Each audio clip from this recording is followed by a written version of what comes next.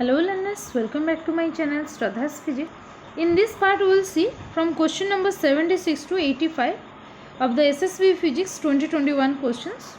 Since we have already discussed the question number 76 in the previous video, now we will start from the question number 77. Okay. So now let us start with the question number 77. Which of the following represents j5 of x plus j3 of x? Okay.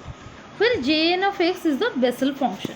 Now if I write, you know from the formula, that is 2n jn of x, that is the Bessel function, it is equal to x into x whole into j n minus 1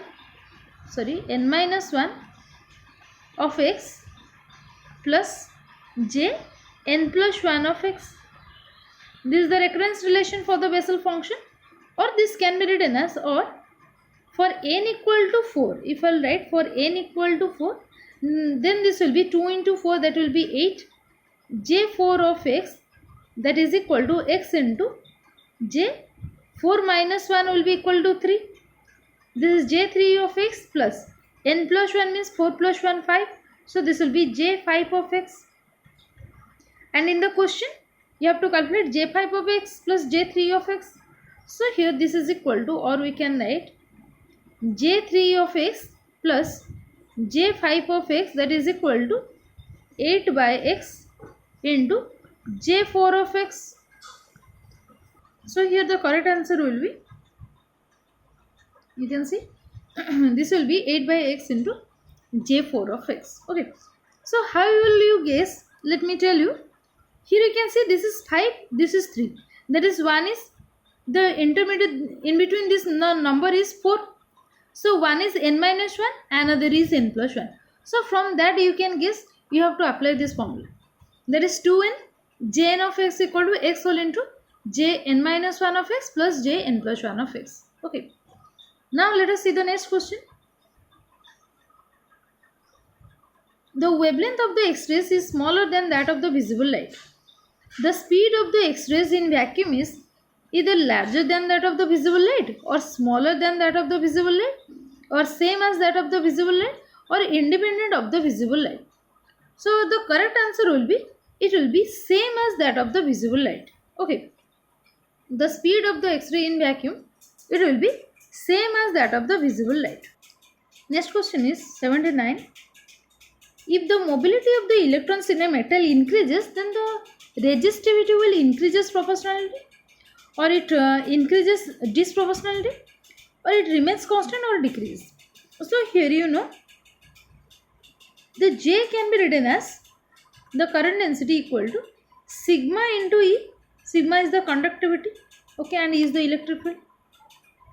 And also we can write this J equal to minus NE into Vd, that is the drift velocity Vd.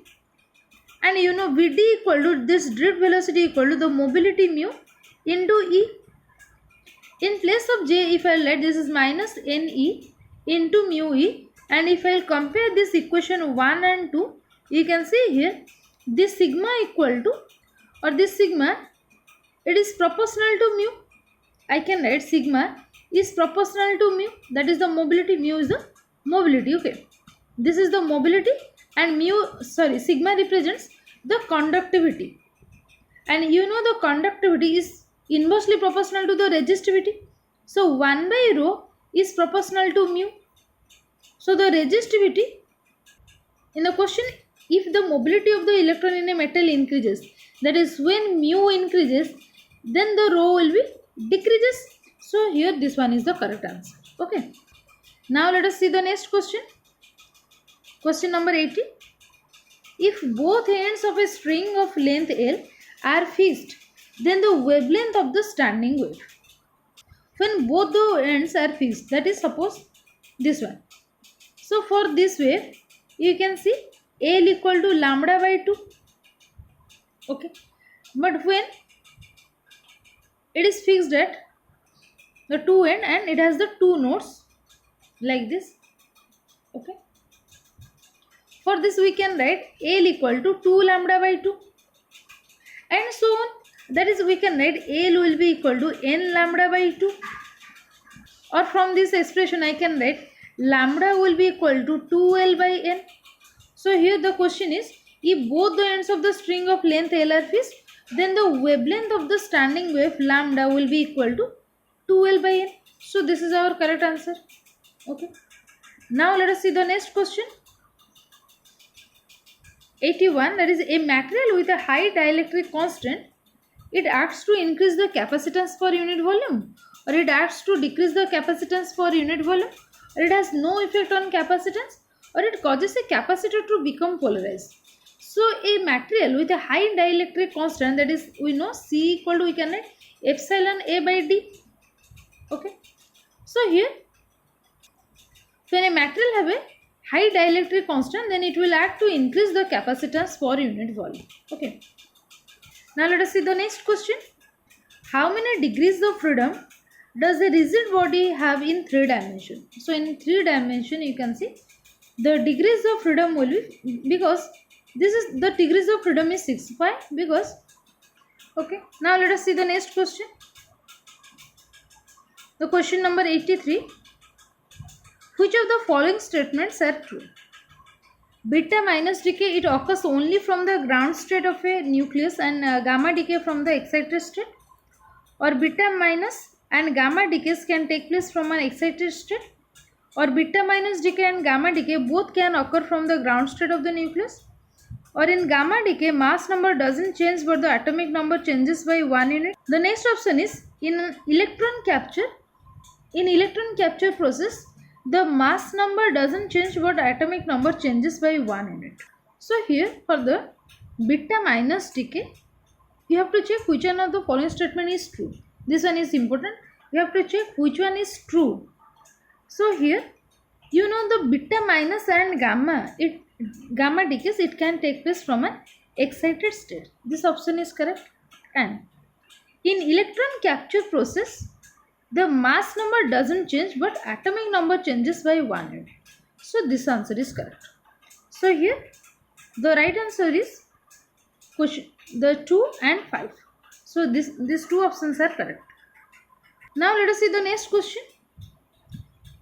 Again you have to check which of the following statements are correct for the beta plus decay and electron capture process. So here the options are, the higher the Q value, the higher is the transition rate. The next is, the energy available for beta plus is always higher than that for the electron capture. The next is, electron capture is always possible whenever beta plus is allowed. The next is, the neutrino doesn't come out in electron capture process. Okay. So here you can see, the higher the Q value, the higher is the transition rate. This is correct.